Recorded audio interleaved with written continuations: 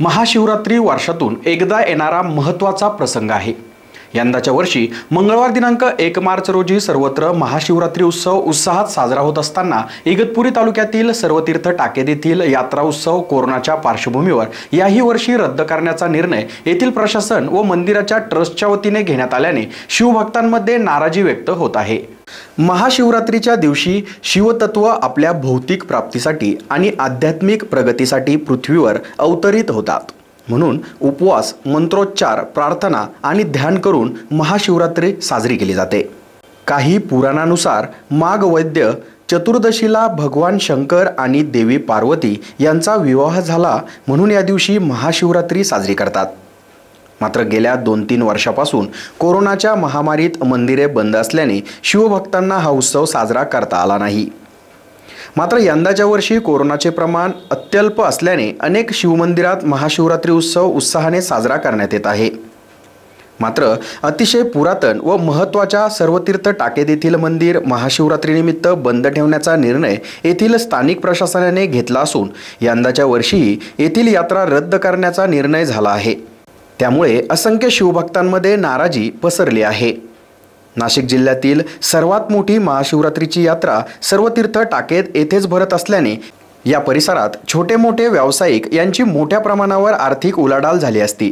मात्र यंदाच्या वर्षी भाविकांसह व्यावसायिक यांनी देखील यात्रा उत्सवासाठी येऊ नये असे आवाहन करण्यात आले आहे। SN न्यूजसाठी शहाबाद शेख। सर्वतीर्थ टाकेद येथे पारंपरिक पद्धतीने भरणारी दरवर्षीची महाशिवरात्री यात्रा कोरोनाच्या पार्श्वभूमीवर मागच्या वर्षीप्रमाणे यंदाच्या वर्षीसुद्धा रद्द झालेली आहे असे शासन प्रशासनामार्फत कळविण्यात आलेले। महाराष्ट्र शासनाने ठरवून दिलेल्या नियमाप्रमाणे आम्ही त्या नियमाचं पालन करून ह्या यात्रेत जे व्यावसायिक व्यापारी लोक आपले विविध प्रकारची दुकाने आणतात, रहाटपाळणे आणतात, त्यांना पूर्णतः या ठिकाणी यावर्षी बंदी मागच्या वर्षीप्रमाणेच करण्यात आलेली आहे। जे भक्तगण आहेत त्या भक्तगणांना विनंती करण्यात आलेली आहे की तुम्ही फार मोठ्या प्रमाणात गर्दी न करता थोड्या थोड्या संख्येने 5-10 अशा संख्येने दर्शनाला यायचं।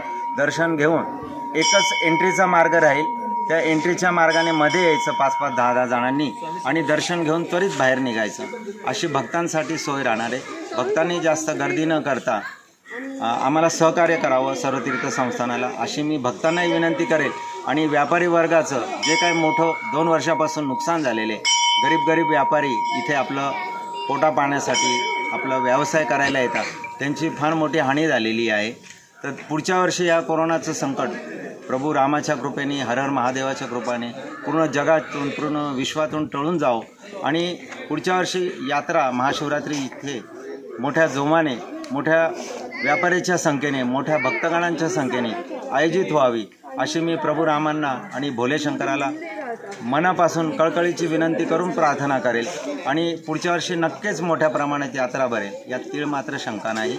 यावर्षी व्यापारी वर्गाचं जे काही नुकसान झालेलं आहे त्याबद्दल मी त्यांची दिलगिरी व्यक्त करतो, त्यांची मनापासून माफी मागतो। कारण की या महाशिवरात्री यात्रेची जी सुरुवात आहे माझ्या परमपूज्य साकेतवासी महंत श्री रामलखनदासजी या गुरु महाराजांनी सुरुवात केलेली, त्या यात्रेची शोभा मला कायम ठेवणं हे माझं कर्तव्य कर्म आहे।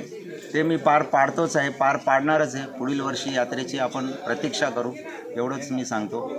जय श्रीराम, जय हिंद, जय महाराष्ट्र।